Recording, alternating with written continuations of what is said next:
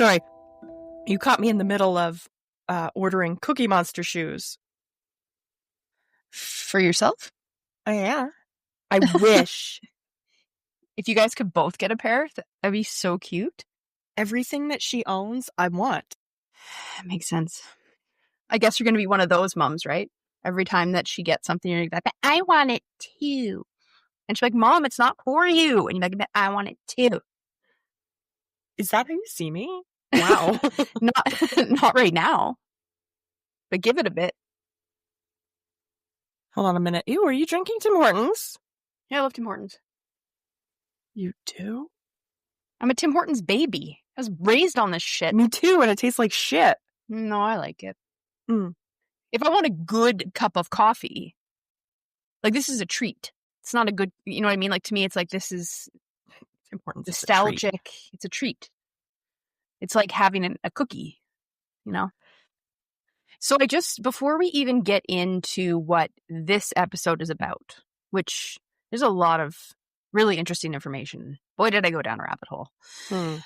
But I want to take this moment very briefly, no more than 2 minutes, to correct some errors. Okay. that I made when I tried to even a little bit speak of Satanic Panic, of the Satanic Bible, of Aleister Crowley. So you see, I had all of these words. Yes. And all of these names. And they were something. The order of them and their relevance, a little murky. There was some correct stuff. There was not so correct stuff. And just because I don't want people to think that I'm stupid, I want to give you a little bit more information. It won't take very long. So first of all, I said Aleister Crowley. That is the correct name. It wasn't just that I was watching Downton and got the crowd, but there is a Crowley in Downton. But anyways, that's neither here nor there. So Aleister Crowley, he was born in 1875. He's an old dude. He's from a long time ago. He was an English occultist. He was, I don't know what a ceremonial magician is, but he was a poet. He was a novelist, a mountaineer, and a painter. I think outside of just being an occultist, he founded a religion called Thelema. I don't know if I'm saying it correctly. And he identified himself as a prophet entrusted with guiding humanity. So he existed. He had some big thoughts. I'm not getting into his religion or anything, but just to be clear, he was related to the occult, but definitely did not write the Satanic Bible. That was incorrect. Cool. Yeah. So the Satanic Bible was written by Anton LaVey, who was the founder of the Church of Satan and LaVeyan Satanism. That was published in 1969. That was many, many, many, many years after Aleister Crowley. So there's that. And then sort of the Satanic Panic, I'm going to give you the overarching highlights. So we know because Kim looked it up when we were, talking about it briefly in the last episode, that it kind of started with that book, Michelle Remembers, and that, she was having recovered memories of, satanic rituals and torture and all that good stuff. And so that book became extremely popular, and it kind of essentially what made the panic so dangerous was that they had a buy-in from the authorities. So, that book came out, it became increasingly popular just to the general public for reading it. So then this idea of recovered memories and them being, and that those recovered memories could somehow be linked to Satanism and, basically doing rituals and murdering babies and animals, et cetera, et cetera. It became more real to people because the book became so popular, and because the book became so popular, the psychiatric profession obviously was who initially endorsed it. And then the FBI and local law enforcement agencies sent officers for real seminars on satanic crimes and to set up special investigative units. Yeah, there's a whole story that I know about that I don't get into, but basically there was two people running a daycare, husband and wife, and they ended up in jail as alleged child molesters. There was nothing that there was no proof whatsoever. It's just that at the height of satanic panic, a person said, these guys are no good. They're doing this thing to kids. It's part of like a satanic ritual. So immediately they were jailed, which is ridiculous. So I think also too, they just said one of the big factors was the fear of religious cults. And what made it so all encompassing was that even people who didn't believe in Christianity, even atheists, didn't like cults. So if there was a fear of cults, it was going to be like widespread. And the 1970s saw the decline of Christianity. Attendance dropped in churches. Eastern religions gained popularity. 1970 saw the rise of the New Age movement. Pagan religions like Wicca came into play. Hare Krishnas came in. So everybody who was Christian was terrified of all this non-Christian stuff going on. And so it just like fueled the fire of belief in this satanic panic business. So one thing I thought was interesting, the very last thing I was going to mention, there was an extensive 1995 report by the University of California's psychiatric department. And also I should mention this was in the 80s and also into early 90s. So it lasted for quite some time. And, you know, the results were like, there was a lot of people that really got fucked up or their lives got fucked up as a result of being like pointed at as Satanists or Satan worshipers. And it was all just nonsense. But The West Memphis 3. Exactly. Yeah. Which one we get into, but that's a great book, which I've read. And it's also a great documentary. But anyways, this report, 1995, University of California Psychiatric Department, was presented to the National Institute of Justice. And it found that hard evidence for satanic ritual abuse, especially involving large cults, was scant to non-existent. So it was nothing. It was literally nothing but a moral panic. The end. What do you think about that? People are so susceptible. I'm just chewing my bread. Mm-hmm. I'll tell you what. Tell me. It's fucking nonsense. It's nonsense. And if anything, it like made people interested in doing that, like gave them an outlet to like, oh, maybe I should be as, you know how weird people are? Mm-hmm. Oh, I know how weird people are. I myself am not a weird person. I'm pretty weird, but like not that kind of weird. I'm just... Yeah. I was saying that tongue-in-cheek. I'm a very weird person. Yeah, so this week we're going to talk about demons and evil spirits and sort of their history and all of that good stuff. Are you doing the intro? I'll do the intro. First, I have to tell you some things. Tell me. Number one, last episode, talking about the Ouija board. And how I could like get no one to do the Ouija board with me. Mm-hmm. So I want to share with the audience, synchronicity here.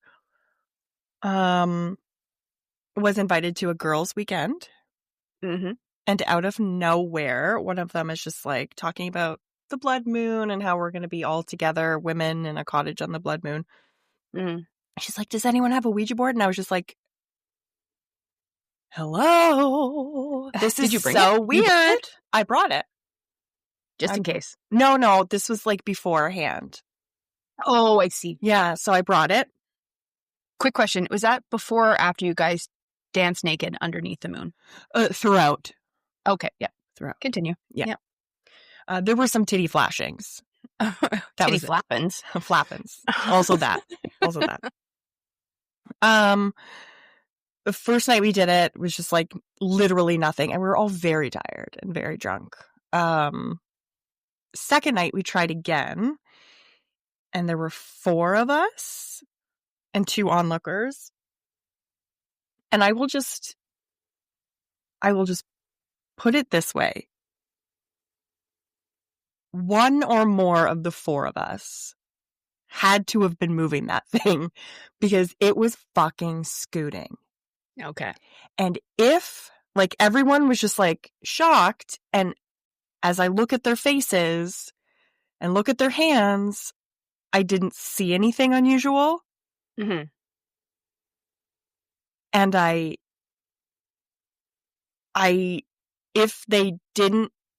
if there wasn't someone moving it,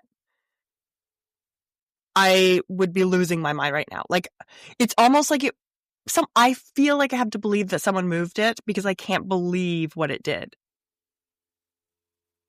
Okay. Did it was moving. I presume you're asking it questions. Yes. Is this correct? Were the answers which were coming, like, anything? Yes.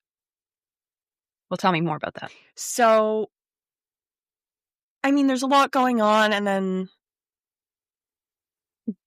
I said, tell us who you want to talk to. Mm-hmm. And it started spelling out letters. And I'm like, okay, that's weird. It's just going to the letters. Like, it's not like moving to some random nothingness. It's going to letters. That's weird. Right. Mm-hmm. And they're like spelling out the letters, and it's not making sense to me at all. And this is where everyone learned how fucking unhinged I am because they're spelling out the letters as it's going.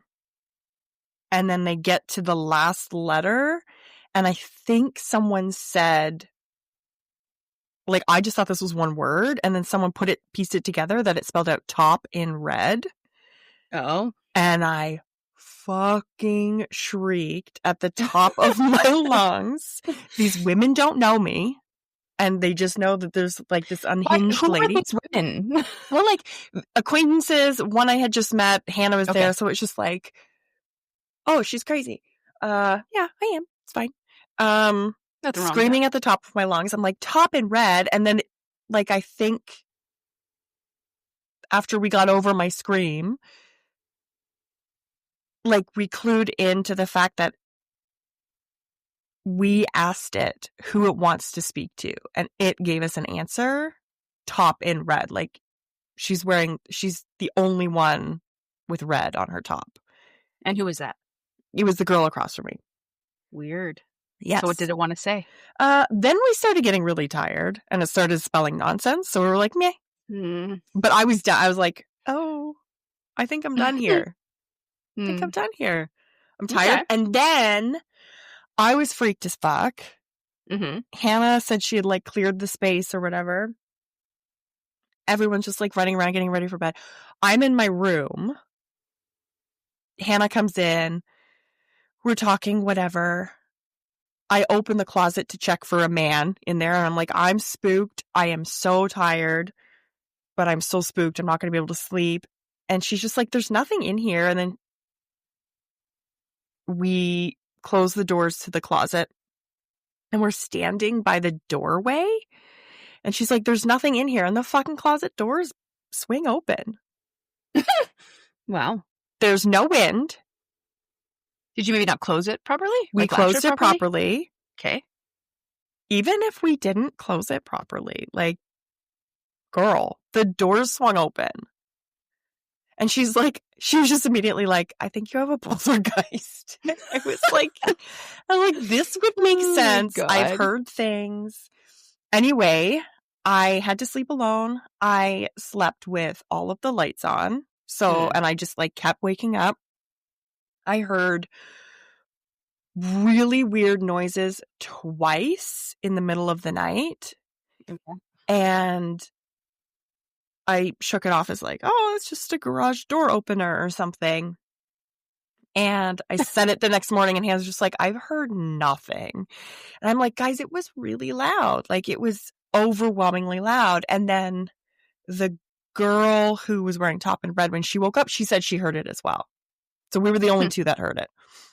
Interesting. And it sounded like Like the way it sounds like when a garage It door sounded opens? like someone was up and moving around the house and like Oh, okay.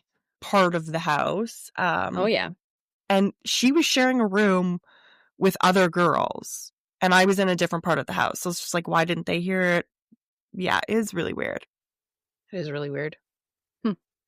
I need my aura cleaned. Yeah, maybe you do. Go to church, get some holy water splashed on you. Yeah. Yeah. Yeah. Well, that's wild. I'm not gonna poke any holes or poo-poo your experience. That's pretty crazy. And people, like, you brought this up and you said no one is moving this, right? Multiple times. Multiple times. And like, there wasn't like a trickster in the group. There could be. I'm hoping there was. Scamp. I'm almost hoping there was, because I was just like, this is fucking weird. And then at one point, one girl was just like, I thought Hannah was moving it, and then I saw it move away from her fingers. And then at one point, the other girl was really freaked out, and she was like, are you guys moving it? And like, I know I wasn't moving it. That's all I know. And like, I rested my hands and felt it move away from my fingers. Like, my hand came off it multiple times because it was moving away from me. So like, interesting. I know I'm not the person. Right. You know that down deep inside, you're not the trickster. I'm not the trickster. You didn't do that. I'm hoping there was a trickster, because if there wasn't, that was absolutely fucked. Like, I lost my mind. Anyway, that's one thing. You like, we sent you a text, like, Carly says we will do the Ouija board when we come.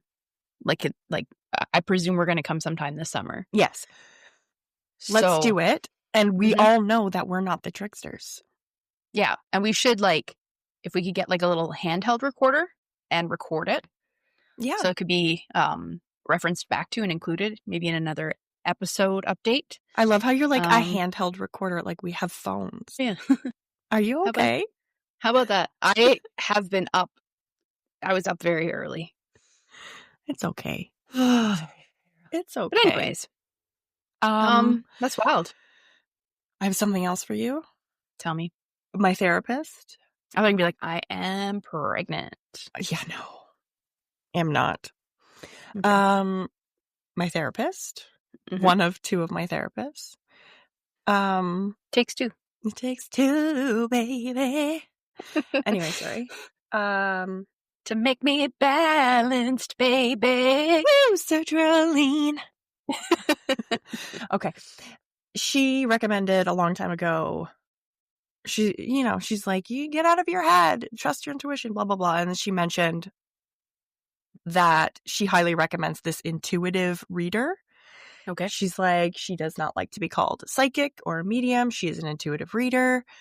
And, the girls at the hospital would always bring her in and like have her read, and she doesn't advertise. She's not posted anywhere. She spreads by word of mouth, and she's like really good. So if that's something you're into, you should call her. And then I forgot about it. And then last time I got her name again, and I set something up. Oh, wow. Okay. I was just like, fine, whatever. Have no anything about this woman. She doesn't have anything about me other than I have a daughter. Nothing. Okay. I will preface this by saying I will not recommend her to you, because a good third of the conversation was pure fucking conspiracy theories, whack job shit. Okay. Like, does that not like delegitimize her a little bit? Okay. No. Okay. Because of how powerful everything else was. If anything, the accuracy of everything else that she said made me worry that all of her conspiracy theories were true. And I'm like, I'm trying to look at it as like, and your therapist suggested you need to like just go with the flow and like relax, but I'm going to send you to someone who's going to just make you feel even more anxious about the state of the world. Well, no, she didn't make me feel anxious about the state of the world. She was like, it's all going to be fine. But it's all going to be fine. she did have some unhinged views that if I do recommend her to someone, I will basically say, like, please tell her up front that you don't want to hear anything about, like, political views, Trump. You don't want to hear any of that shit. Right. Well, Carly, for my birthday, actually gave me, like, said she was going to do a psychic medium reading for me. She was going to pay for it. That was my birthday present, which we haven't set up just yet. Okay. And she's like, and you can just go by yourself. We can go together. I want to go together because I want to talk. I want to see what they come up with, our future and children and things like that. But that's already going to be in the cards. And she already has a guy that she's chosen. Good. So I probably wouldn't go with this person anyways. But you go ahead and keep telling your story. She won't do, like, oh, there's someone coming to me. Like, she literally reads you. I don't know how to explain this, but the very first thing that she said on the call, without even getting to know each other, was just like 100% the most relevant thing that I'm going through right now. Weird. She then pinpointed John and things about John, very specific things about his family and blockages, and then very specific things about the venture I'm on right now. Like, there was no part of her conversation where she just threw something out and I was kind of like, that's kind of tangential in my life, or that's vague, I'll have to see. It was literally 100% the top most things. Wow. And very, very specific. And I'm just like, Jesus, what the fuck is going on? What is this woman? What is she able to tap into? Did she give you, like, good news or good advice, or? Yeah, it's direction. Direction. And reminders of things that you kind of know and have been thinking about, but you don't know what to trust. Like, geez, It was so good. It was just, like, literally remarkable. And yeah, there wasn't a single thing where it was just like, oh, you're someone who does this. And I'm like, well, sometimes. It was just like major things about you. Weird. Yeah. Yeah. And do you find, like, when your therapist made this recommendation, was just like, oh, this is something you've acknowledged you're interested in, so here's this person? Yes. Okay, so it wasn't like part of the therapy plan or anything? No. Okay. No. So that would be, I'm not saying it would be wrong. It would be unusual. It would be unusual. It would be unusual. She's trying to get me to tap into my intuition and exploring those things. Okay. Yeah. I see. And I think she's very spiritual. I see. And that's a core part of her.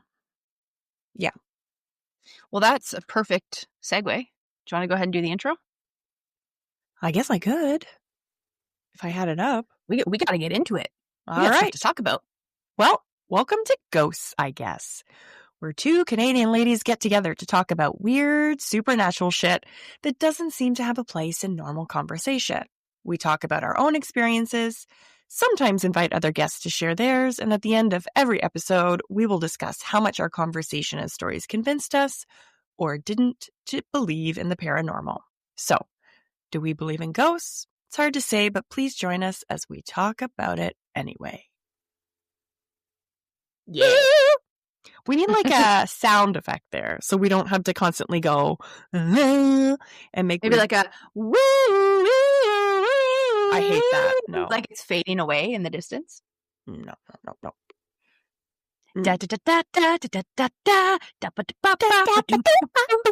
Something more like that. Yeah, sure. Let's just record that. Like that from the song? Every time. Yeah. Are we doing a psychic test or we're going to save that? Girl, we ain't got time for that. Okay. And if we run over, we can just, like, record the remainder later. So let's not rush through it and we'll put it in 2 parts or whatever. Oh, I think we'll be fine. I just don't think if we added the psychic test that we would have enough time. To all of those out there that love the psychic test, just know it's going to come back, just not today.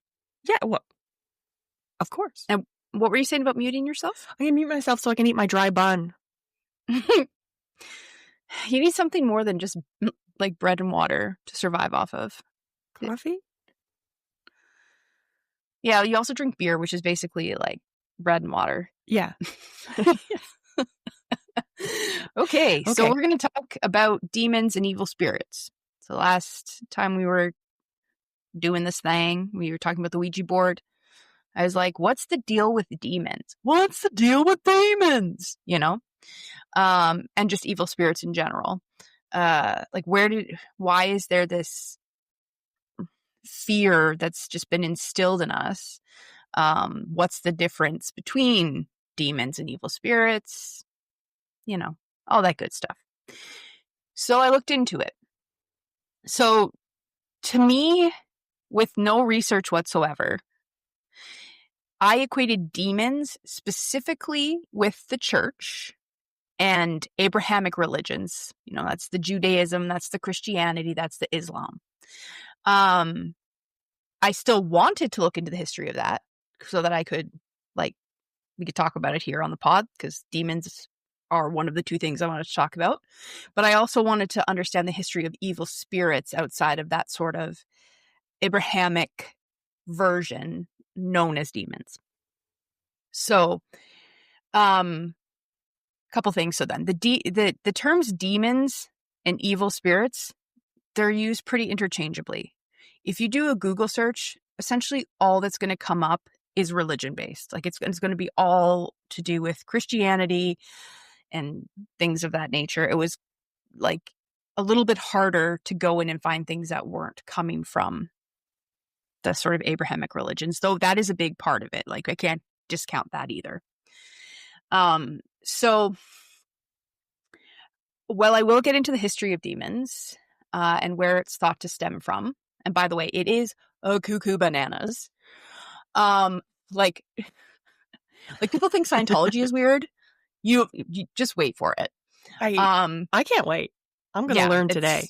It's nuts.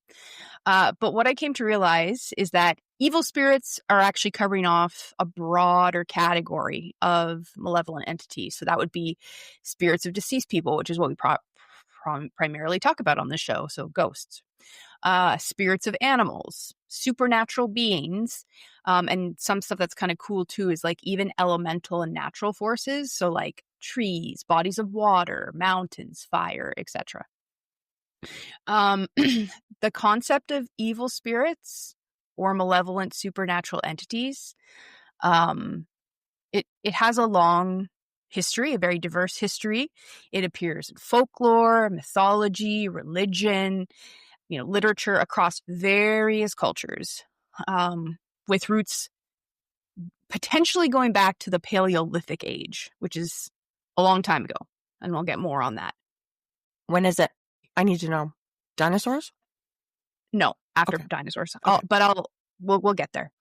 And yeah, and so essentially that's all stemming from humanity's fear of the unknown. It's basically what scholars and people studying it would draw the conclusion of. So in terms of like Bible stuff, unclean spirit, it's a common rendering in the Bible of a Greek word. It was also a word that translated from Hebrew too. It actually appears 21 times in the New Testament, and it's normally in the context of demonic possession. And it's also translated into English as spirit of impurity, or more loosely as evil spirit. So that's kind of where, from a more Abrahamic Christian Hebrew history, that evil spirit, that word, that name, that's where it came from. So essentially, I've kind of told you distinction between demons and evil spirits. Despite the distinction, sorry, let me say this. Typically, demons are going to have the ability to possess. Evil spirits, not so much. However, as I mentioned, they're used interchangeably. So someone might say evil spirit is possessing me, but really that's more like what would fall under the demon category. So in my research, which my lovely partner Carly helped me with a great deal. I would have been up shit creek and not had this ready if I didn't have her helping me. There are two basic truths. So she's your paddle. She's my paddle. Okay. Yeah. Just wanted to clarify for the audience. And then I'm just like rowing down shit creek and she's getting me out of it. She's the paddle, like a stiff paddle in the water, and her hair is just getting full of shit. Yeah. Yeah, okay. She gives me a stiff paddle, am I right? So, quick pivot to the left, back to what we were talking about. There are two basic truths when we're looking at the history of demons and the evil spirits. Because I was trying to be like, I just want to, I want to work it back like an onion layer. Where does it come from? What time did it come from? What culture did it come from? And Carly would be like, that's not, like, because we were both looking up information. That's not how it works. Like, you can't look at it that way. Essentially, one truth is there is no one original culture or religion responsible. And essentially, as soon as humans started, 1, burying their dead, 2, creating cave art, and 3, doing shamanistic rituals, people started becoming spiritual. And that was between 50,000 years ago and 11,000 years ago, or 48,000 before Christ, or BCE, to 9,000 BCE. So that's a long time ago. That's like insane that it goes that far back. So essentially, demons and evil spirits, as we're looking into the history, are unequivocally linked to spirituality and religion. There's nothing cool outside of that. Just it is. That's why they exist. So yeah. So I was going to go into a little bit of the history, but I wanted to. What's the vibe for you right now, Kim? I find that really interesting and pretty compelling to learn that I'm more likely to believe in something if we find that it's universal to the human experience. Right. And that's kind of where we're going. But I'm not sold. I'm not sold. Yeah, but that's very compelling. Yeah, I do have some, final thoughts at the end that kind of play into what you were just saying. Yes, please. Yeah, it is. It's interesting because it spans so many times and cultures, which, anyways, yeah, which lends more questions, which, as I said, I'll get into when I have my thoughts at the end of the podcast. But, okay, let me take you on a journey. Let's go back in time, Kim. You are an early Homo sapiens. What did you call me? You're a Homo sapiens. What did you call me? Okay. Listen to this. Side note that's not important, but was still flabbergasted me. If you're one species of Homo sapiens, you would think, I am a Homo sapien. No S. No, that's not correct. You are a Homo sapiens. Is that not crazy? It's pretty crazy. Yeah. I thought it was kind of weird too. Anyways. It's also crazy? You just said flabbergasted. And I say that a lot. And apparently that's not a word people say a lot. No. But at the cottage, we all exchanged funny t-shirts. And Hannah got me one that says, my flabbers have been gasted. Because I say it so much. I'll have to show a picture of it. But your flabbers have been ghosted. Oh, yeah. Is that the title of this podcast? Absolutely. I'm going to write it down. Thank you. Crushed it. Thank you. Anyway, so the reason why you have to have the S is because we're a species, and the species we are is Homo sapiens. So anyways, here we go. You are an early Homo sapiens. Perhaps you're a Neanderthal. You haven't quite made it to Homo sapien yet. It is the middle of the Paleolithic age.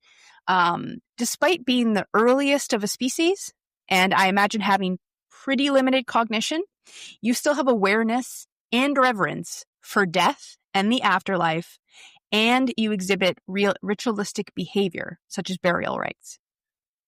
So you asked about the Paleolithic age. The Middle Paleolithic age is when they say this started. That was like 300,000 to 50,000 years ago. What?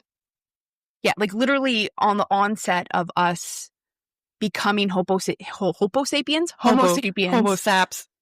Homo sapiens, homosexuals, that's what I am. Anyways, but essentially what I'm saying is like, what?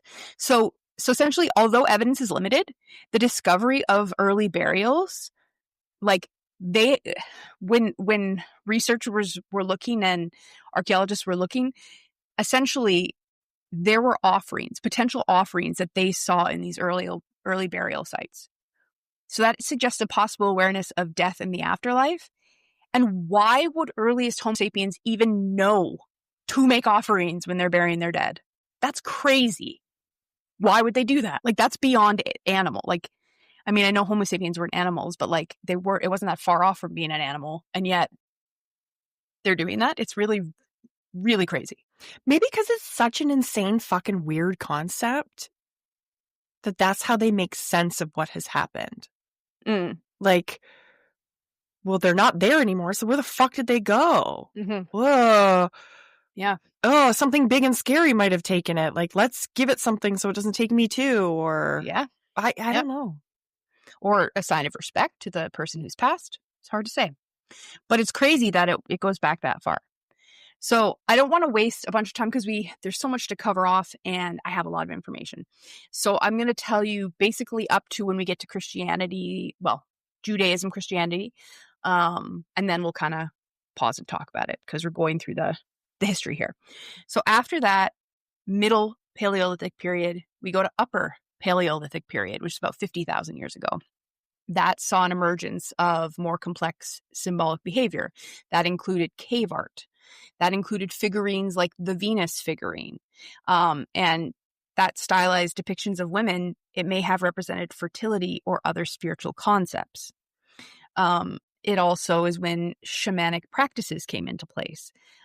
Some scholars theorize that period saw the rise of shamanic practices where spiritual leaders would enter trance states to connect with the spirit world 50,000 years ago. That's crazy.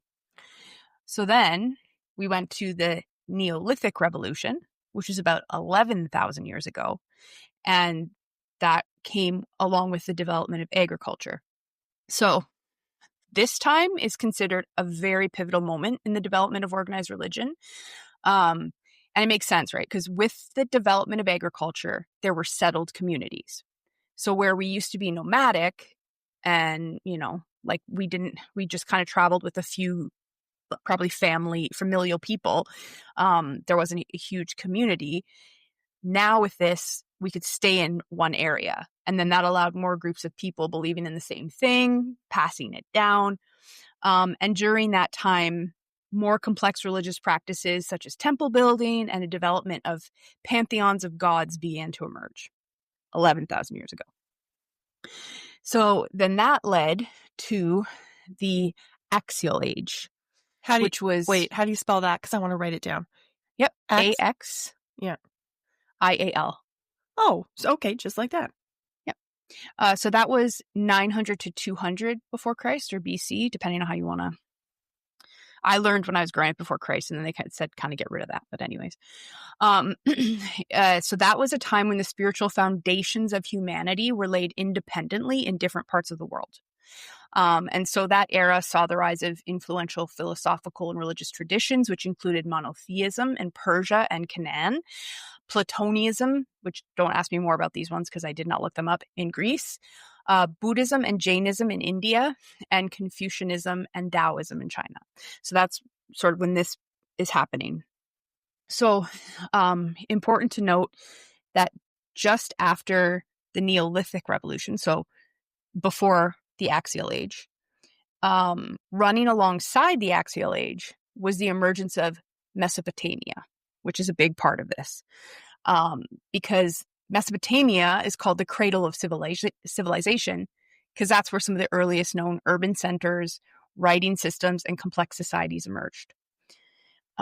So Mesopotamia, it's its old name, that was a land between the Tigris and Euphrates River, which is now modern-day Iraq, and surrounding regions, parts of Iran, Syria, Kuwait, and Turkey. So the Mesopotamia spanned from about 5,000 BCE to 539 BCE. So it was like kind of in between Neolithic and still was a part of the Axial Age as well. Like it kind of fell in between there. And it saw the rise and fall of various civilizations, including the Sumerians, the Akkadians, the Babylonians, the Assyrians. And there were key periods like the Uruk period, the Akkadian Empire, and the Neo-Assyrian Empire.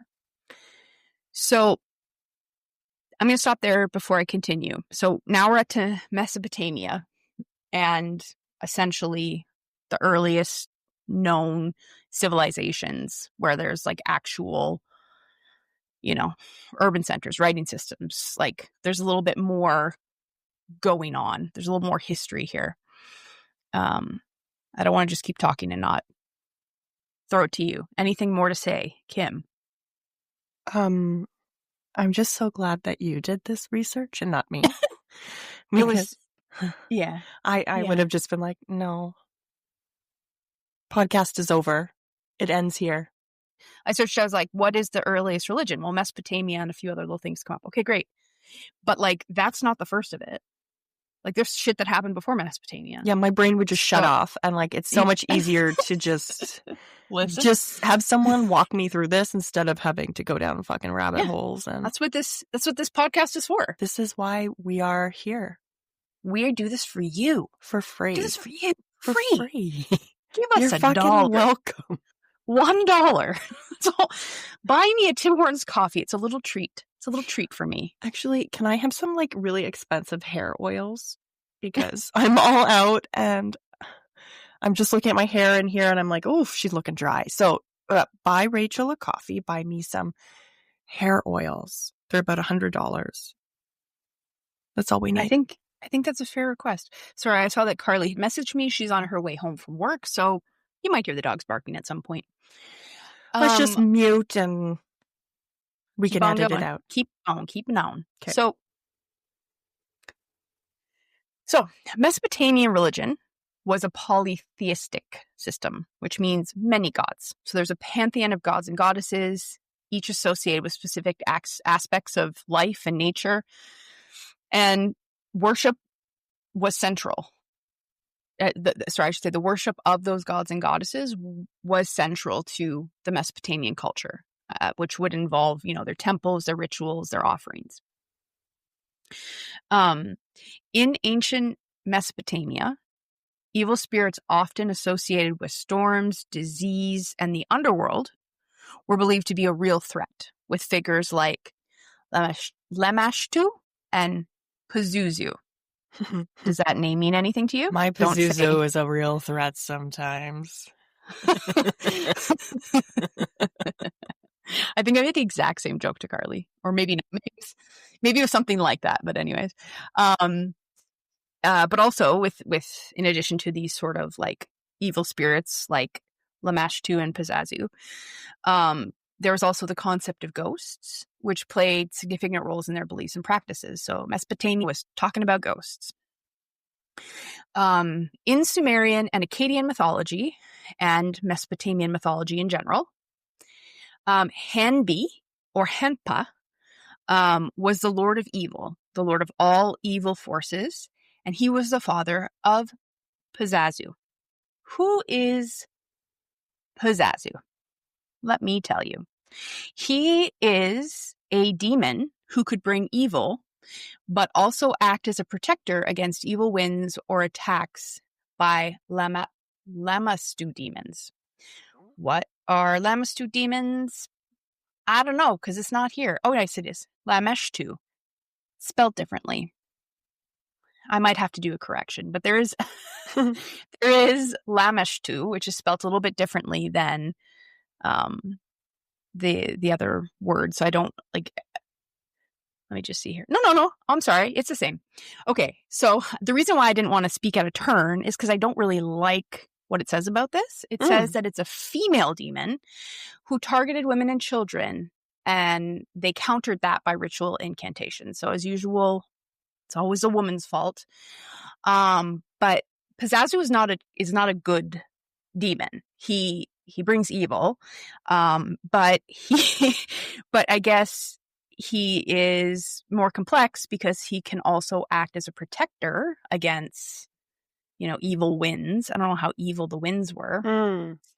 Or attacks by that Lamatsu demons, which is the female demon who targeted women and children.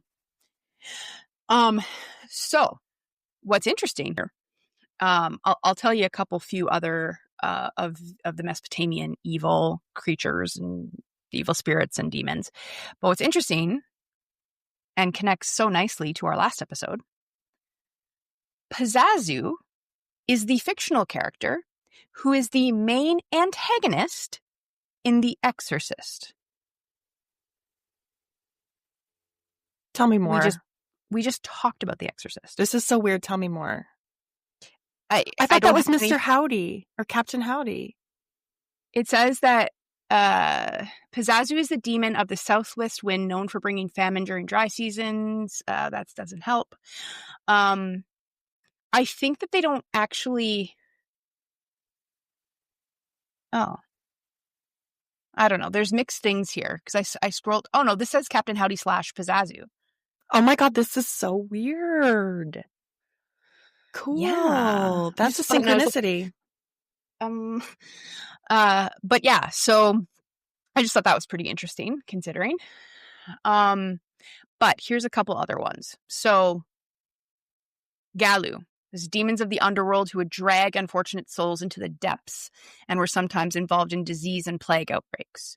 Udug, a more amorphous figure, but several demons came with unique characteristics and iconography. That's not that exciting. Lilith, which I think I've heard that before. It's female spirits of women who died in childbirth that could roam around.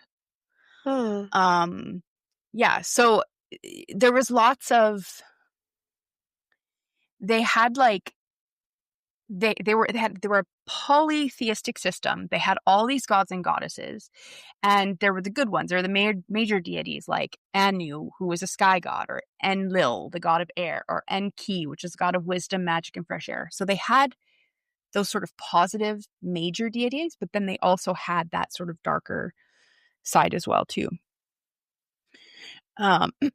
So, moving away from Mesopotamian. After the rise and fall of major Mesopotamian civilizations, the region was conquered by various empires. That included the Persians, that included Greece, that included Parthenon, and eventually the Roman Empire, and then later the Islamic Empire. So here's something that's interesting. The word demon actually originates from the ancient Greek word daimon, which is actually spelt a little bit differently. It's spelled Daimon. And it originally meant a supernatural being or spirit. Then it later evolved to signify a malevolent or evil force. So at one point it was just like, this is just a word that captures anything supernatural or any spirit, and then eventually changed to being malevolent or evil. Generally, daimon means divider or allotter. And Homer was like, psychology, not psychology. What's it called? Not psychology. People go to university for it, and they always say that you'll never get a job. And, Plato was part of it. And anthropologists or sociology? Nope. That's not. I need to look it up. I need to. Philosophy. Oh, yeah. Oh, my God. You could totally get a job in philosophy. Philosophy. You can be a doctor of philosophy. You can go to law school. Yeah, but that's the regular thing. They'd be like, oh, great, you're going to go and major in philosophy and never get a job. Which you learn how to think, and you can use the information that you learn, how to be logical. It's the most applicable to the world that we live in. Dude, you're preaching to the converted. I never said that you couldn't. It's just what was told to me growing up. By stupid people. A lot of BS. I have a minor in philosophy, so. Oh, nice. But you couldn't remember the word. So Homer uses the word daimon in his writing to mean someone who creates unexpected and intrusive events within human lives. And that definition seem to stick going forward. Many early authors refer to gods, even Olympians, as daimons. So it wasn't always connected to things being evil. That happened later and then changed from daimon to demon. So that's interesting. So essentially now the next thing is the Greco-Roman period. And just because I know you, Kim, and you're gonna be like, well, why is it Greco-Roman? I know the Greeks, I know the Romans. Why is it Greco-Roman? And then I'd be like, I don't know, because you always ask me questions that I don't have the answers to. I'll tell you. I looked it up. 5:30 in the morning. I'm so proud. The term Greco-Roman refers to the period of cultural history that encompasses ancient Greece and Rome. So I guess they were kind of intertwined civilizations, and they shared influence on art, culture, language, philosophy. So because there was like essentially shared influence throughout that period, they just kind of put them together, even though they weren't necessarily the same. They just were intertwined. So that's that. Hi, John's coming up to give me a coffee.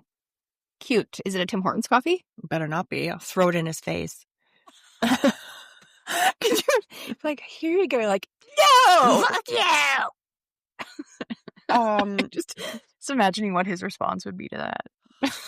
Oh, here it comes. Oh, there I you can hear go. my dog bark. Did you get my bun? No. That's okay. Another bun? Jesus Christ. I'm hungry. Why are you only eating buns? It's just easy. All right, well, I'll just get right back into it then. Yeah, I'll go on mute until my bun arrives. Or do you want me to wait until you get your bun? Go wild. Bun break. Bun break. So, understanding the Greco-Roman religion. Again, polytheistic.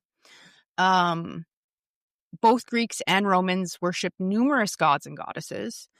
There was a lot of overlap. They often had similar attributes and stories, even though like the names might be different. There was overlap, which I'll kind of give an example of. But yeah, and there's a little bit of variance in different regions and stuff, but that's essentially kind of what that religion looked like. So obviously we know Greek gods, right? We know Zeus, Hera, Poseidon, Hades, that's a god of the underworld, Artemis, etc., etc., etc.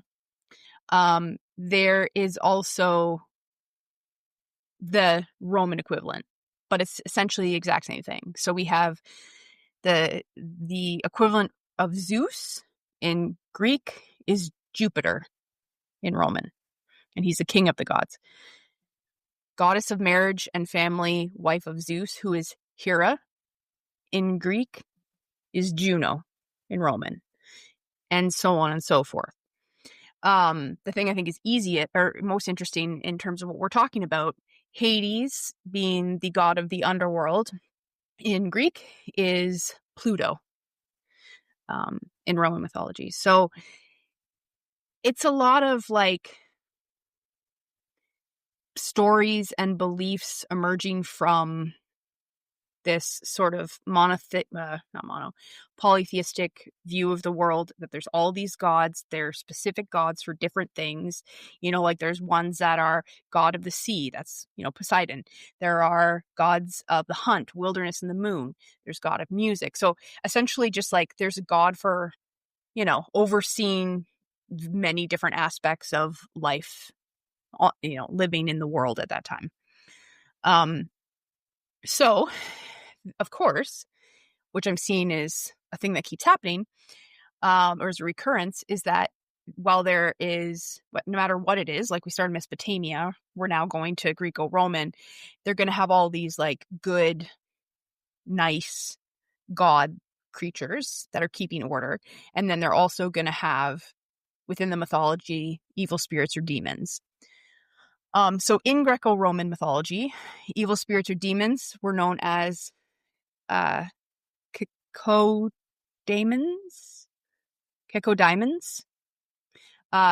spelled C-A-C-O, so caco, and then daimons, like what we were already talking about. So but, diamonds in general. And they were often associated with misfortune and disease and the underworld.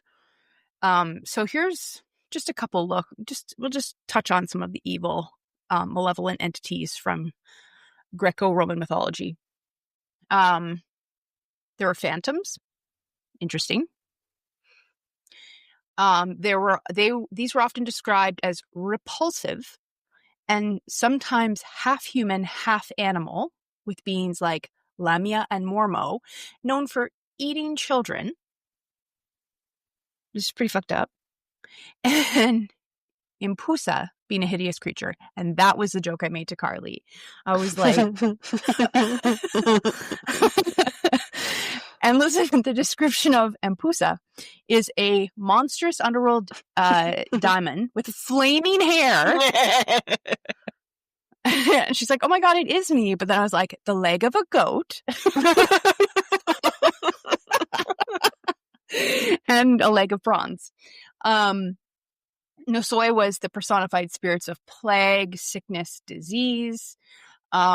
Kyris, which I might not be saying correctly, is the female demons of violent or cruel death and revenge.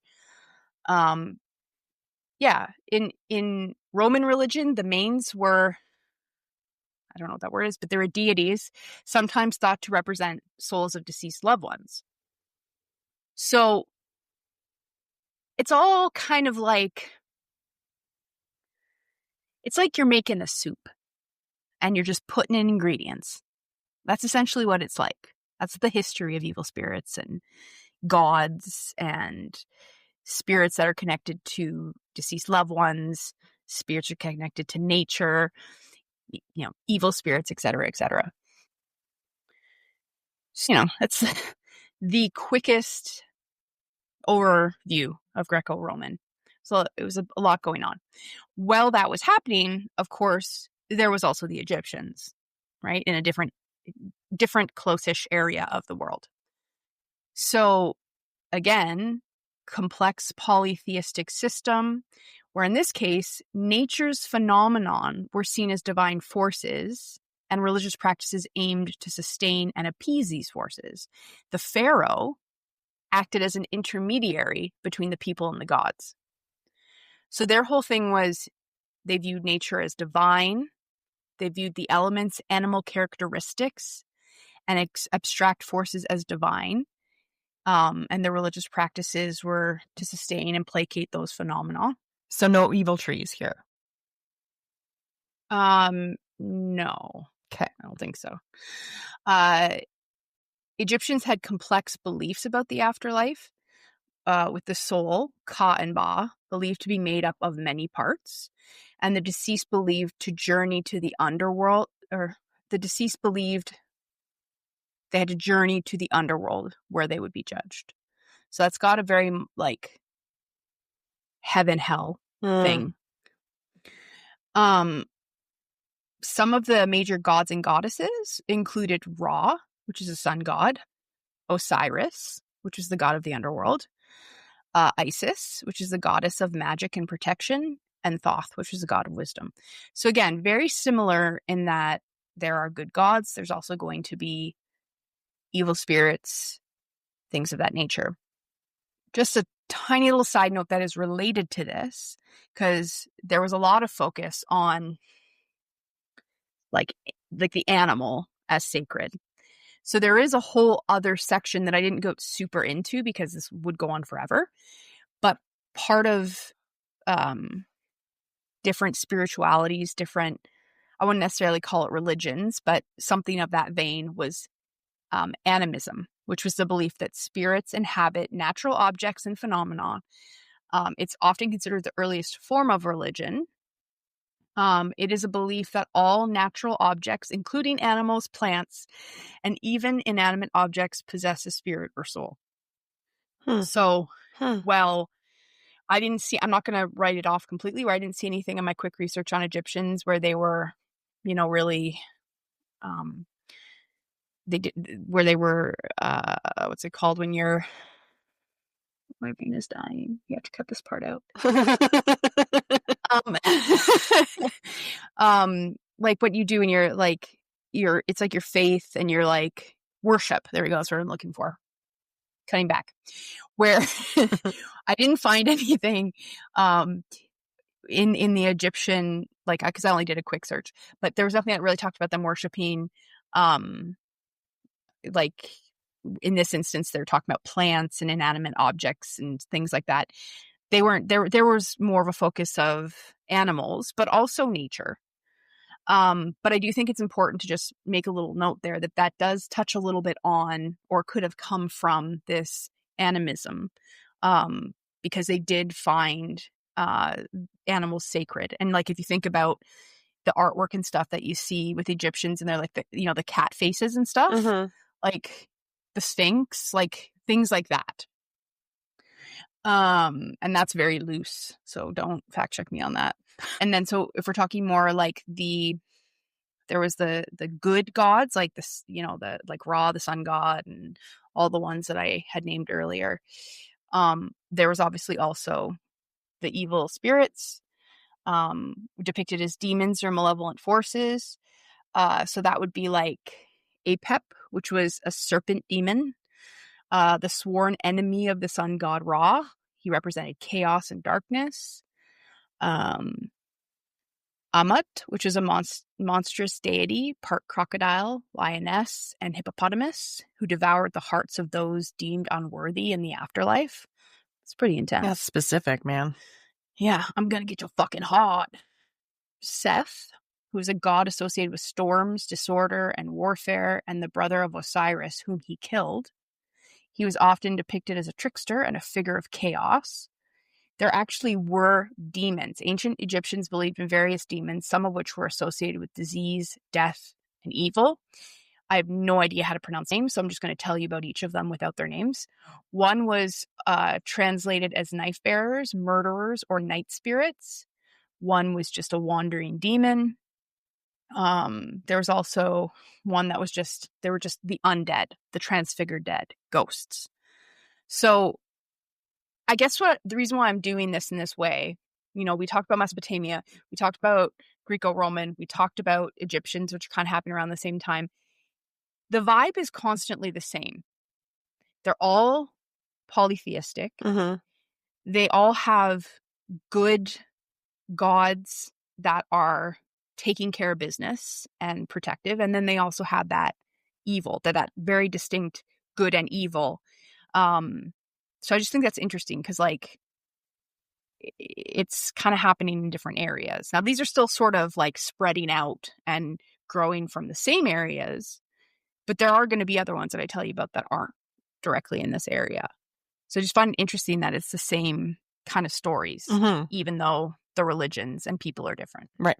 Universal piece of it. Yeah. So while all of that was happening, by all of that, I mean Greco-Roman and the Egyptians, Jewish people had their own distinct monotheistic religion, one that the rulers, who were the Romans, did not like. And that's because that religion believed that there was just one God, and as such would prohibit worshiping other gods, which is in stark contrast to the Roman religion, which is polytheistic. So there was, and there was a very much like the Romans ruled and the Jewish people were subservient. I don't know a lot about that history, so I'm not even going to go down that road. But like, essentially, yeah, the leaders did not like that they had this other thing going on. So this is where things get a little interesting. Pre-Torah, the Torah being the, holy book of Judaism, basically their Bible, but not Bible. But before that, there was something called the Book of Enoch. Enoch? Enoch. Okay. Yeah. Enoch. It was also known as one Enoch. It was an ancient Jewish pseudepigraphical and obviously, yeah, basically apocalyptic text. You're probably going to ask me what whatever the word I said. Essentially what that means, it refers to writings that falsely attributed to a biblical figure or claiming to be of biblical origin, but not included in the actual scriptures. So it is historically Jewish, but when the Torah was written, a lot of what was contained inside of it was not included, was wiped out. So basically it's not part of the biblical canon. It contains unique material on topics like the origins of demons, the fall of angels, the flood, like Moses, and is believed to have been written in the Hellenistic period of Judaism. So now you're going to ask me, what is that? Hellenistic Judaism. It was a form of Judaism that emerged in the Greek-speaking world. So this would be right around the time of the Greco-Roman period. And it blended Jewish religious traditions with elements of Hellenistic culture and religion, particularly in places like Alexandria and Antioch. So it was like, it saw the adoption of Greek language, names, and educational institutions. So it was like heavily impacted by like the Greeks. Essentially, like what we talked about was happening around them. And so they still had their own religion, but it was impacted by the world around them, essentially, which was very Roman and Greek. It was, that's who their rulers were, right? So it makes sense. So it also makes sense why when it came down to writing things down in the actual most spiritual book of Jewish people, being the Torah, that they want to make sure that it wasn't misrepresented or there was no muddying of things. You feel me? Mm-hmm, mm-hmm. So, oh my goodness. I don't know why this says "tis in the Book of Enoch." Obviously, that was something I wrote in my notes that makes no sense. But in the Book of Enoch, we get some truly interesting and strange information on the history of demons. Are you ready? I am ready. Remember when I told you it was like pretty cuckoo bananas? Yeah. Yeah, here we go. And I know you're going to have a lot to say, so let me just finish it, and then I'm going to give you that space to say what you need to say. I'm going to write my notes. Okay. So there was a lot of context missing from the Bible, primarily because Jewish people rejected Christianity and Jesus. They're like, that's your thing. We're not interested in that. And because the writers of the Bible just kind of assumed readers already knew the context because it was happening in the world, even though, like, you know, however many years later we're reading it, we're not going to have that context. But that's how they looked at it. Like, people already know this. When the Bible was translated into Greek, a lot of things got simplified. For example, any evil spirit was called a demon. So that's where that happened. And that's much closer to how we view demons today than the traditional Jewish view of demons. You won't find any definition or classification or origin story of demons in the Bible because people at the time already knew what demons were, so they didn't need to define it. Like, you guys know this. This is what's happening right now. Why would we put it in here? Of course, you know, we didn't know. Right. Many, many years down the line. So the Book of Enoch, also known as Enoch 1, is an ancient Jewish religious text. It was discovered in two distinct contexts. There was a manuscript found in 1773, and then later, fragments of it were discovered among the Dead Sea Scrolls, which is interesting. Those were discovered over a period of 10 years, which was between 1946 and 1956. So from when they first found the manuscript to the little bits and pieces in the Dead Sea Scrolls, that's a big span of time. But anyways, both of those discoveries gave a lot more context in Jewish perspective, stuff that had been sort of lost. So what we've been told, what we've known, and what I knew, being raised Christian, is that demons are fallen angels. essentially. But contrary to that popular notion, demons are not actually fallen angels. Here we go. According to some of this Jewish literature that came up with the Book of Enoch and the Dead Sea Scrolls, they were actually believed to be the disembodied spirits of the dead Nephilim. Nephilim are the hybrid children of angels and human women. Let's just repeat that last piece again. Okay, so demons Nephilim. are... I think I said it wrong, but it's Nephilim. Okay. So, not fallen angels. They're believed to be the disembodied spirits of the dead Nephilim, which I'll explain more of. But overarching, Nephilim are the children. They're what happens when an angel has sex with a human woman, and then she gives birth. She gives birth to a Nephilim. She gives birth to a demon. Not yet. Okay. She's giving birth to a Nephilim. A Nephilim. So, yeah. Many ancient cultures shared the belief that angels, which were also sometimes called sons of God, I'll get to that in a second, but these sons of God, aka angels, had children with human women. The children were said to be giants, 7 to 9 feet tall, extraordinarily strong and warriors. It is speculated that Goliath, the story of David and Goliath, that Goliath was a Nephilim. So, again, that's speculation. This whole thing is crazy, so I don't know why I'm drawing an underline on that one. So there was a debate if they were sterile or if they were able to reproduce. So that leads to debates on whether there's a fixed number of demons on Earth or not. So I'm going to get to how they become demons.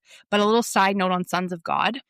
There is an in-depth debate about that phrase, sons of God, which is found in the Bible. Older interpretations are that they're angels, that means angels. Some modern Christians, and also not so modern Christians, are not comfortable with that. Of course they aren't. But there is written evidence of angels in the Bible where they travel from the spiritual realm to the physical realm and interact with humans.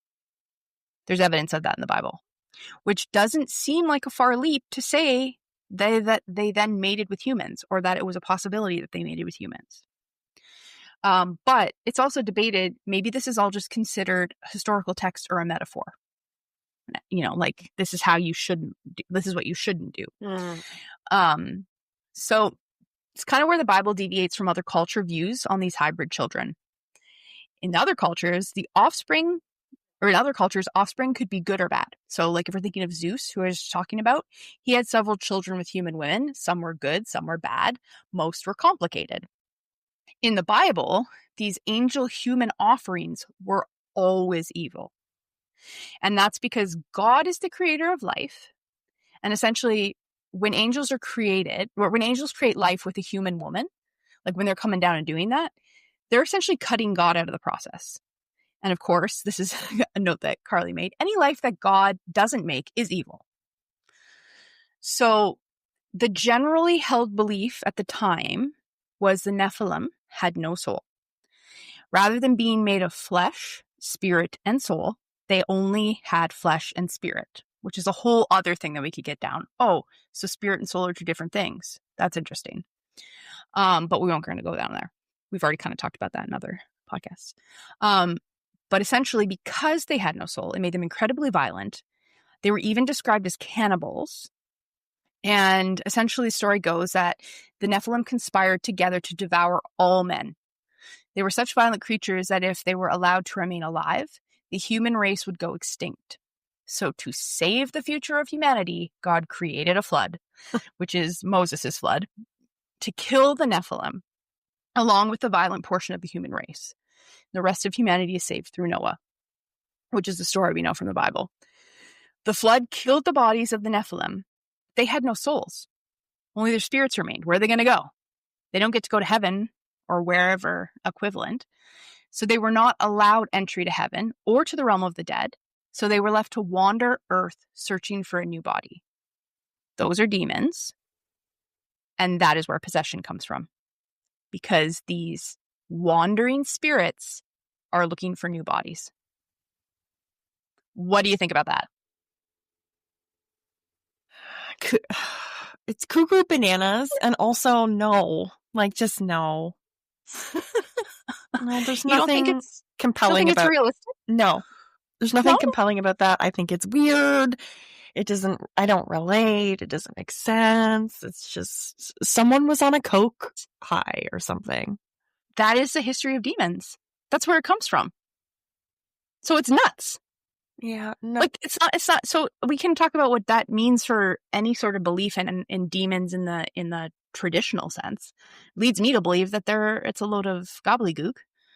But we can get there in a second. So that's very interesting and crazy.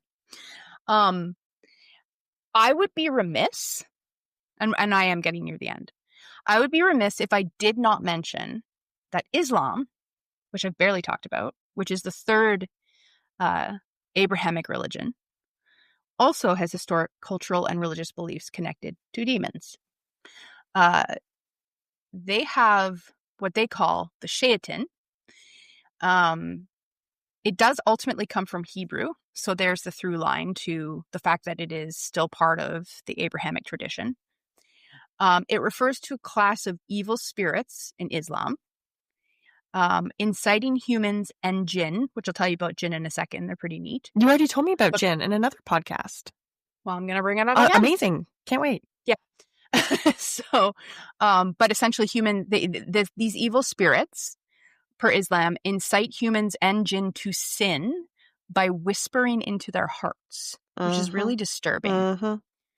According to the tradition, though invisible to humans, they are imagined to be ugly and grotesque creatures created from the fires of hell.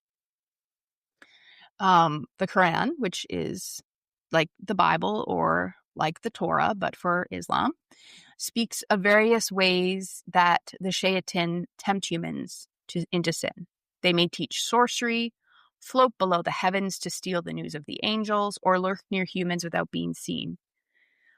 Several tell how the Shaitan are responsible for various calamities that affect personal life. Both the literature and Arab folklore usually speak of the Shaitan in abstract terms.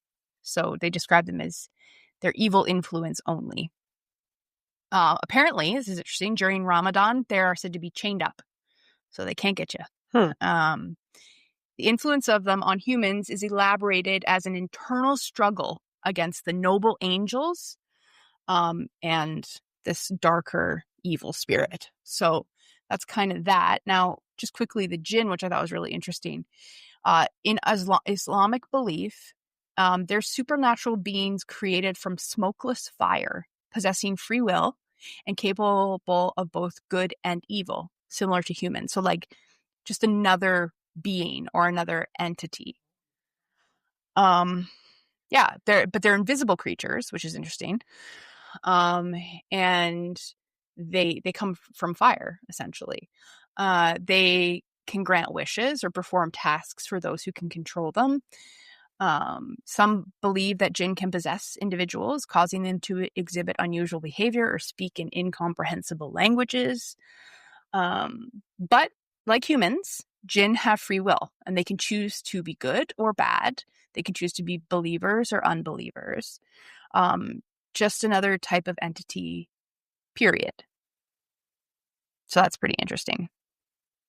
So that covers off kind of like the history from a beginning of time to Abrahamic religions. I would be remiss if I didn't also talk about non-Christian or give a couple non-Christian mentions.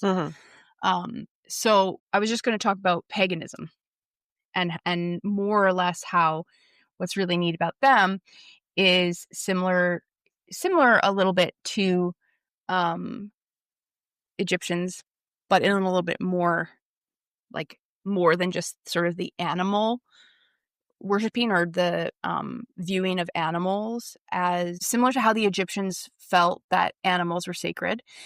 The pagans also felt that way, but they were really about nature, and they were really about believing that essentially that different things like trees, like bodies of water, like things like that contained their own spirits. And so there was worship for things that were like more inanimate objects. And so there would be rituals. Usually that would be, we know a little bit about paganism that are specific to times of the year, where they're paying their respects to this more world-viewed thing, not so much spirits, but like within the world around us, whether that's, through nature or through animals. So that was in there as well, of course, that idea that there could be the evil representation of that. And one way to appease them or to keep it so that they could not act in an evil way, or to maybe just make sure that they wouldn't hurt or create famine or create a drought, et cetera, there would be providing these sort of, I don't know how many sacrifices happen, but maybe animal sacrifices, but more like offerings. So that's one piece of it. Anyways, I can also I'll just tell you the last little bit of research that Carly did as well, which I thought was interesting. So these are pre-Christian or developed alongside Abrahamic religions. She did 2 different ones that are interesting. They're more specifically indigenous. So there is the Sami people, which are the indigenous people of northern Finland, Norway, Sweden, and parts of Russia.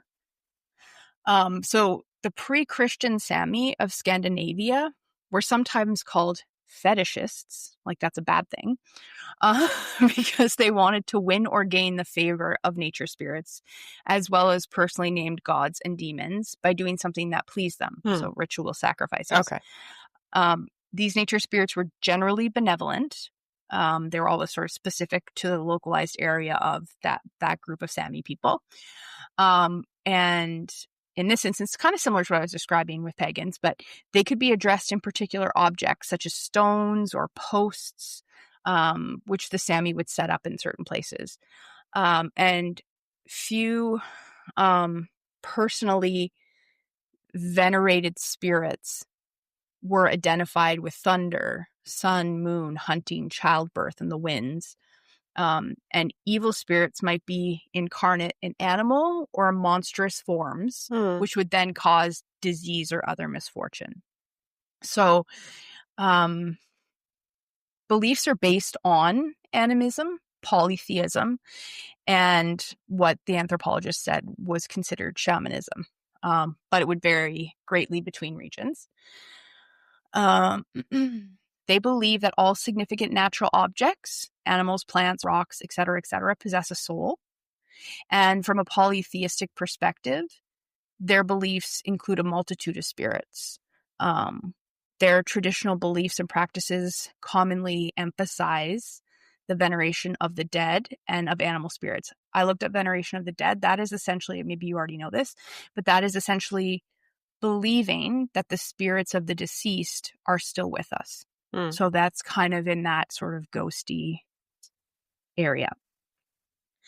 The relationship with the local animals that sustain the people, such as the reindeer, was very important to that group. So like recognizing how important the souls of the animals are and respecting them. One of the scary peoples was Stalo, which is a large human-like creature who likes to eat people and who therefore is usually in some form of hostilities with a human. But don't worry, Kim, because they're clumsy and stupid, and thus humans often gain the upper hand over them. They are sometimes produced as half-humans, sometimes as trolls who eat or rob people.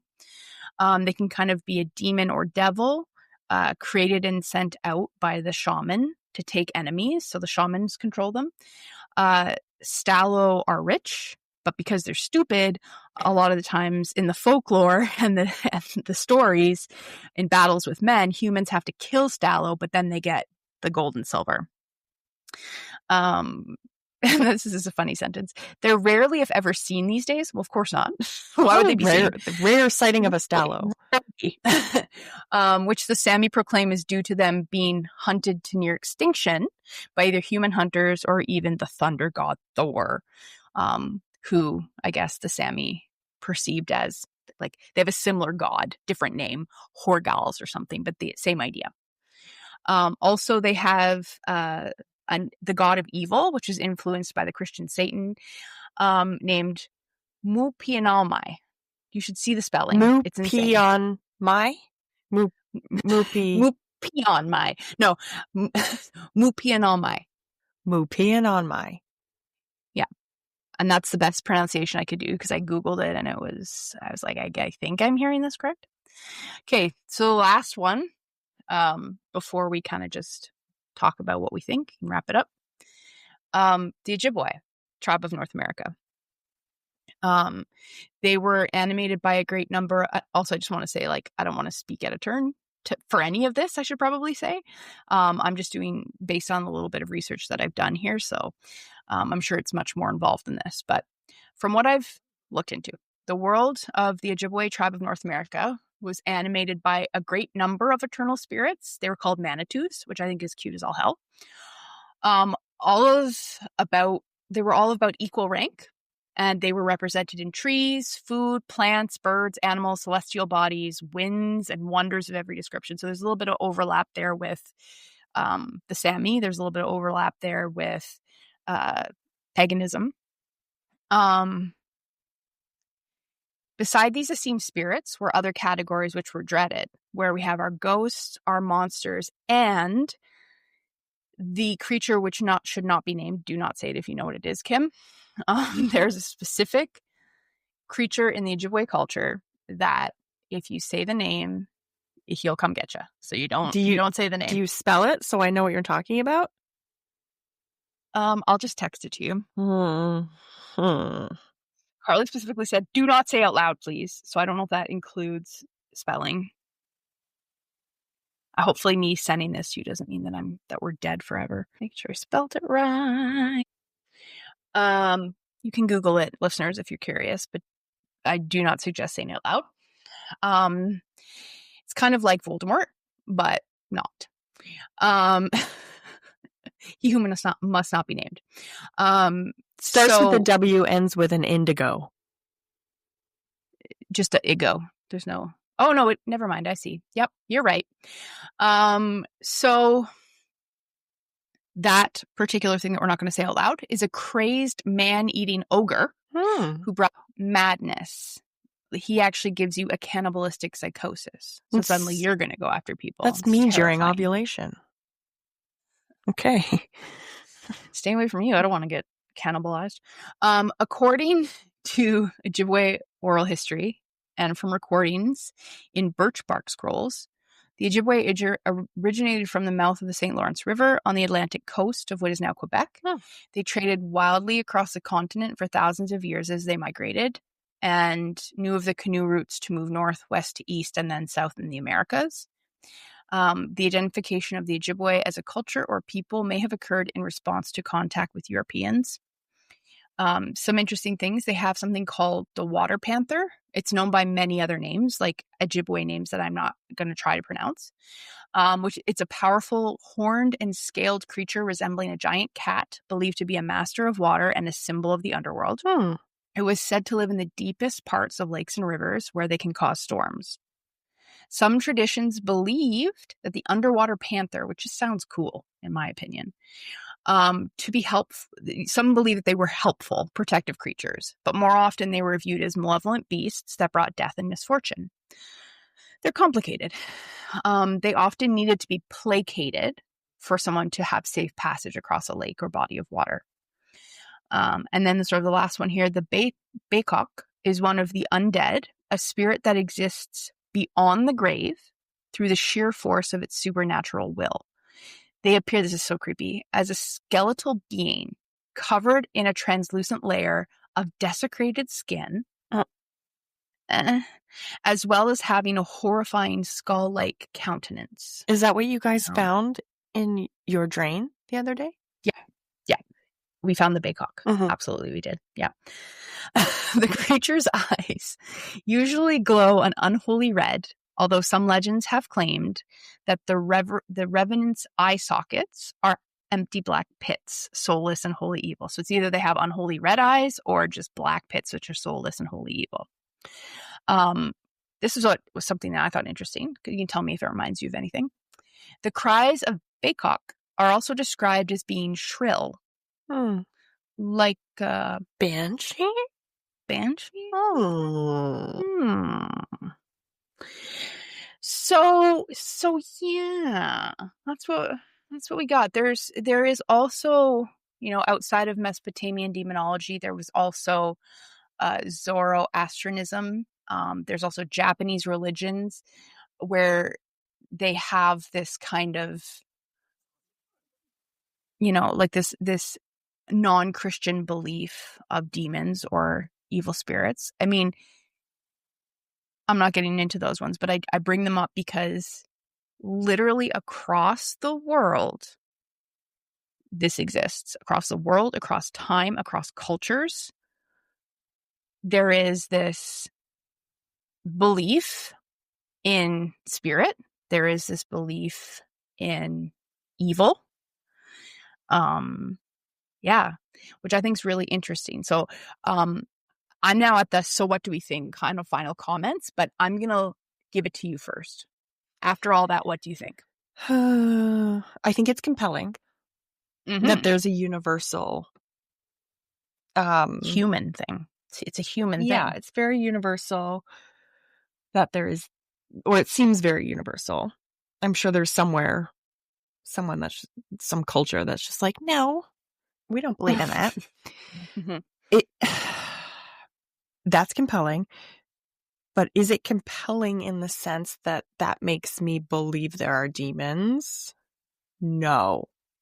No. Because it really just makes me feel like there is some part of human nature that goes there and wants to make sense. And it's all falling in this one area of good, evil, right, wrong, let's associate it with a name and an entity to make it make sense. It's just like we're sort of interested and compelled by darkness. Yeah.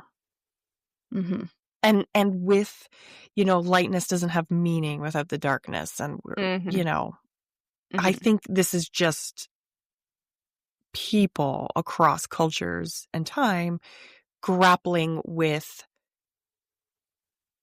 trying to understand what the human experience is and what life is, what death is, what luck is, bad things happen, why. Like, that's what we're doing. And there's nothing compelling in this that makes me think like, well, everyone kind of believes in demons, so there must be demons. No, it's just everyone kind of believes in demons, so there must be something similar amongst us that makes us want to believe in demons. Okay, so you're using the word demons a lot. So I agree with you in terms of the history of demons and the fact that that is like really truly the words that eventual Christians would use to describe evil spirits connected to the devil and all that stuff. What about evil spirits, though? Same. I'm using that interchangeably. Okay. I have a sensation or a feeling that I'm trying to reconcile with my other beliefs, which is that a spirit, there's like this spirit world, a flashing mob of energy that is above us and all around us, that fuels our little meat puppet bodies. I don't believe that those things detached from us have good or bad intent. I think they can have good or bad outcomes. But I Say more about that. What do you don't mean? believe, I believe intent is a human thing.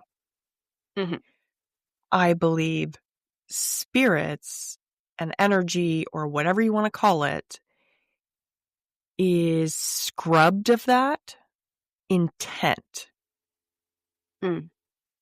So I'm going to challenge you a little bit. I'm not saying that I don't disagree, but this is where my brain's going. So you're a horrible serial rapist. Mm-hmm.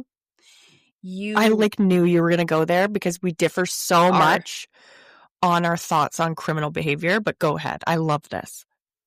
So, but I'm not talking about the kind of person who is, who has done what they've done based on, Nope. Yeah. you know, I'm talking to someone who is like really down deep inside, never going to be able to like become part of the normal world again. Mm-hmm. Like there's a darkness there that will never be gone. There's a compulsion there that will never leave. Like that exists. I'm not saying that there's people that are beyond ability to change and grow, but there's instances, so many instances, especially in true crime, where the minute you let them out, they're going to reoffend. Like it's just going to happen. So I'm not saying that their souls can't be healed, but I'm saying that in some cases it's extremely unlikely. So in that instance, that's a bad person. It's not just a person who made bad choices, which that exists as well, and that's not what I'm talking about. I'm talking about a person who will, no matter what, want to hurt and control. That's a bad human. Yeah, that's a bad human. That's a bad human. What I'm saying, though, and I need you to help me understand how it suddenly breaks off and is not part of that spirit anymore. That person dies, and I'm in agreement that my belief is that once we die, our energy just kind of goes up, and we're either part of everything for a bit, and then we come back down in some sort of reincarnation type situation, or we just kind of like chill out, being one with everything, whatever that looks like. That's kind of my general loose belief. So this person passes, and based on that, what I've just described, they go up into this energy. You're telling me that the minute that disconnects from the body, their little soul, we'll say, is suddenly good? I don't know about that. It's not good. It's nothing. It has no intent. The body, the human has intent. This spirit or energy that is being filtered in through that body doesn't have intent. It is how it's filtered through the human experience that creates the intent. And maybe that was like a really dark, damaged person through some course of events or another. So you're saying their brain, there's something wrong with their brain, essentially. Sure. And that once they disconnect, the spirit or soul disconnects from the brain, that you're just neither good nor bad. You're just a spirit. And maybe there could remain some form of like memory of what that spirit did. Or I just don't believe that there is intent in the spirit world. I think it is just a neutral, and it does contain facets of, what it has experienced that might be good or bad or neutral or whatever. And I think it can maybe influence us. Like we can maybe tap into some darkness or what we perceive as darkness, because we're maybe tapping into that like serial killer that experienced a lot of dark things. And I think we have to be careful with that. But I don't think it has intent until it connects with some sort of a body that can execute. So what I'm hearing is you don't believe in evil spirits at all. Or good. Okay. So I know from, and I'm not saying you're wrong, I'm just saying that I know in my experience in life, there's been times I've gone to places and I feel dark, heavy, bad, what I would describe as bad energy. Right. What is that? Like, let's just assume You you're are right. It's not a spirit. feeling, let's use What that was there serial before? killer example. You are feeling, remember how I said I feel like maybe facets of what that energy was or that spirit was can remain. It doesn't have intent. It's not out to harm you, but it certainly carries its human experience with it. That's interesting. So you are maybe tapping into some really dark shit, but I don't think it's acting upon you just to try to harm you. It is, you're just feeling what it was most recently connected to.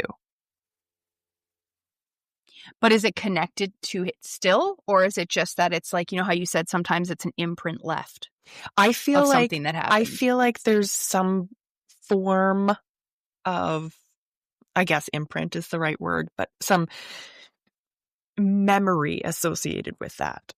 Maybe. But then that's kind of, I feel like it contradicts what you're saying a little bit. It's complicated, but I feel like it contradicts it a little bit because, like, to think that when you leave the body, you become not like you're a spirit, but you're neither good nor bad.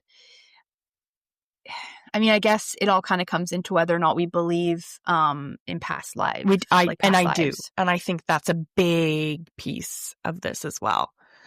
Like that spirit of that serial killer, that energy could splice off and go into fucking Mother Teresa. It could go off into one area, multiple areas, whatever. I think it recycles, and I think there are things we need to process in and of ourselves and cleanse that have nothing to do with the human body that we're in or our own intent. And yeah. Yeah, like the idea that we come back and we have like this life to learn the lesson that we missed in the previous life or whatever. Yeah. So these are just my sort of jotted notes down. So I said, based on everything, it's compelling, as you said, but the naysayer in me says, oh, this is all just made up by humans to explain the world around them, to provide them comfort, to warn against bad behavior, and essentially control people.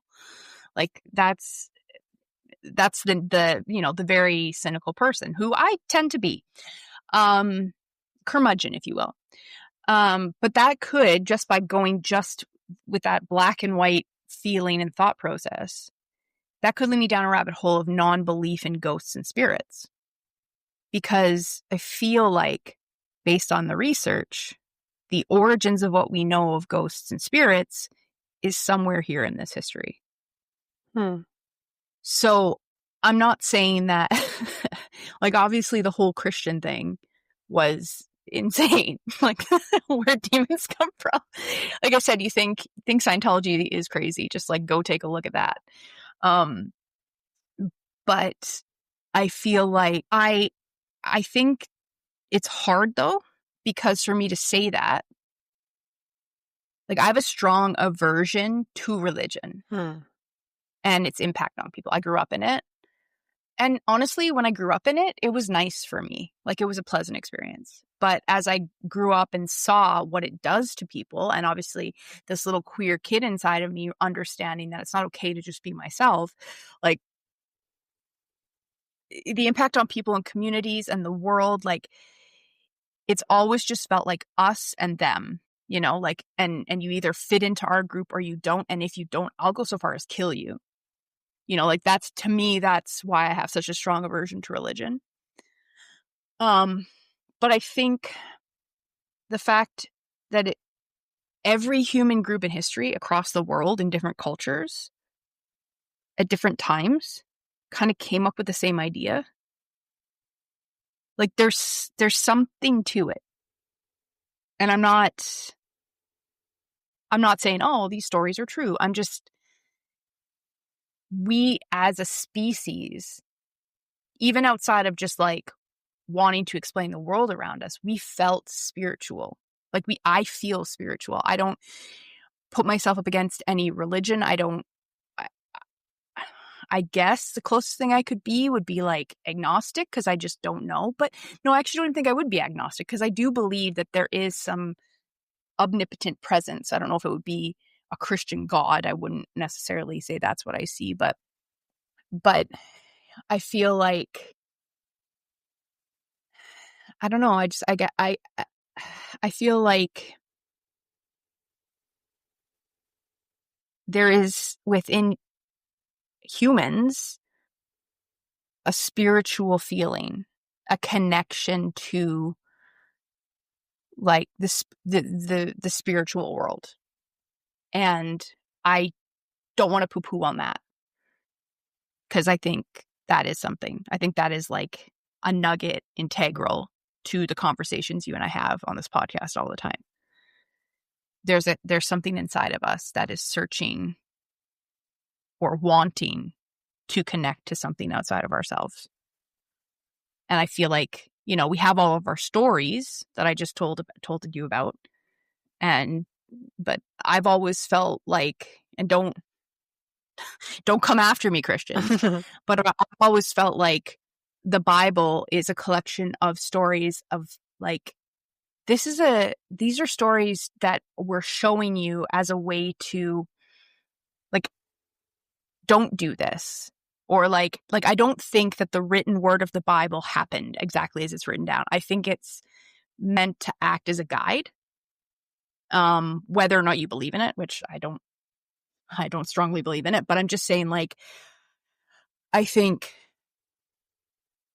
yeah, I don't know. It's definitely interesting. That's for sure. I'm not, I literally have the last sentence here is not a non-believer just yet, ... To be continued. But I also feel a little bit silly, because it's like all of the history of what I could see. Like it's going to be a lifetime of learning and reading and trying to decide what I think, because I don't know. It's just, I'm pretty set on what I believe now. I just had to work through it. yeah. I just feel like it's, if I believe in spirits, which I do, and ghosts, which I do, it's hard for me to just completely, like you said, there's no such thing as evil spirits. But I don't want to be that person that looks at the history that I have, and it's only been like a week, so again, I have a lot more to learn. But I don't want to be the person that looks at that and then says, oh, well, but like, just because that proves me wrong, that this is all just made up and stories, I'm going to keep on going on believing what I believe, because that's not the type of person I am. If you come to me and you tell me something and you can prove it, then I'm going to be like, oh, I was wrong. I'm not going to double down, right? Which a lot of people do. So that's where I think there's a bit of a disconnect for me, and I'm going to have to take it back and think about it and process, because based on what I just looked at, it's all to do with religion and spirituality, trying to make sense of the world, and a bunch of crazy stories. Do you believe in heaven and hell? I don't believe in hell. Not at all. No. Yeah. Which I think we covered off in the last episode. I don't believe heaven in like, I think we just become, our spirit, it becomes free. Oh, without intent? I just think there's but I think there's a bit of contradiction there for you to say that, because to then say, but then this same murderer has the memories. It has the experience. It has the imprint of what it has experienced. Yeah. Would that not bring darkness? I'm sure there's darkness associated with those things, but it has no intent. Like, it doesn't want to be that way, and it doesn't want to not be that way. It just is. But could that spirit not come down, and could you not feel that darkness? You could feel it. But it won't. Could it not feel scary? It could feel scary, yeah. So then I would say that, like, if there's a memory attached to it, or if there's, like, this is who I was, that kind of is like a veneer on top of, my spirit, which is neither good nor bad, but that's still there as a part of my spirit history, if you will, then if we believe that spirits can come on down and talk to us, then I don't know why I said come on down. Whatever. When you see a ghost or a spirit, I would be led to believe that in some instances it might be one of those people that have that veneer of darkness, and that might feel icky. And so maybe it's not evil. Maybe it's not out to hurt you, because maybe that's what's made up. But that doesn't mean that you can't run into spirits that make you feel pretty gross. Yes, absolutely. But also I would, in the same sense, say, like, yeah, that dark spirit isn't set out to make you do one thing or another, or to make you feel bad. It just is. And it doesn't have to always be that way. Yeah. Like I definitely don't believe in possession. Like, I think that's nuts. No. And I think people can tap into that dark stuff and invite it in.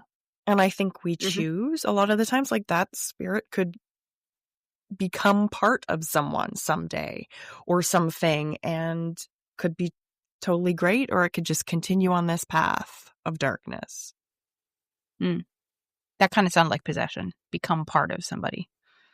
I'm talking like birth, rebirth, and reincarnation. Okay. Yep. Yeah. It's cray-cray. That's some weird shit. I guess my very last takeaway would be, it just seems like I've looked in the history of what demons and evil spirits are, which have come up constantly when we're talking about whether it was the Ouija board or ghosts and all that. And we've looked at it. We've looked at it under a microscope, and I just don't think it's anything. I think historically, it's exactly as we said. It's made up by humans to explain the world around them, provide comfort, warn against bad behavior, and control people. Keep people in line. Which, I mean, like, probably good. Like, if we're going to play devil's advocate, it's probably good that people, need a little bit of control. And some people, otherwise, people walking around murdering everybody. Some people aren't inherently good, and they need to. Sometimes some people have, like, they need guidelines to act good. They need to toe the line. Even if you're a bad person inside and you have bad intent, but you only ever do good things, that's pretty good. That's not that bad. Like, that's better than creating another serial killer. I guess, like, avoiding doing bad is good, even if down deep inside you're a bad person. Yeah. There's a lot of pro-social behavior, like a sociopath that can become a surgeon instead of a fucking killer. Become the president. Like, no, I'm saying, like, they can choose to become a surgeon and, like, heal people versus becoming a serial killer because they have this need to, you know what I mean? So, I mean, sociopaths and psychopaths are two different things, but yeah.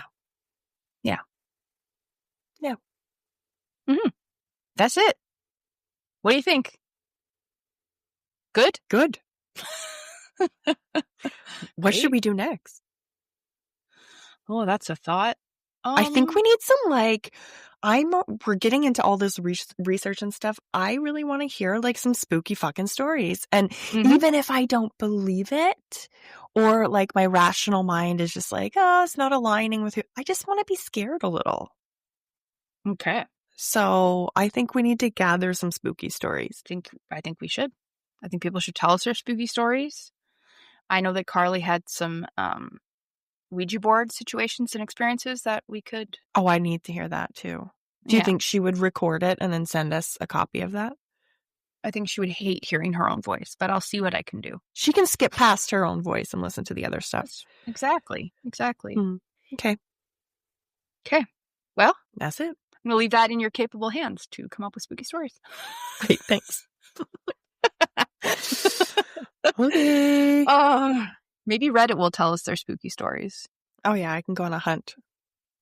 Yeah, that sounds good. Okay. Cool. I should get back to work. Have a good day. Bye. Bye.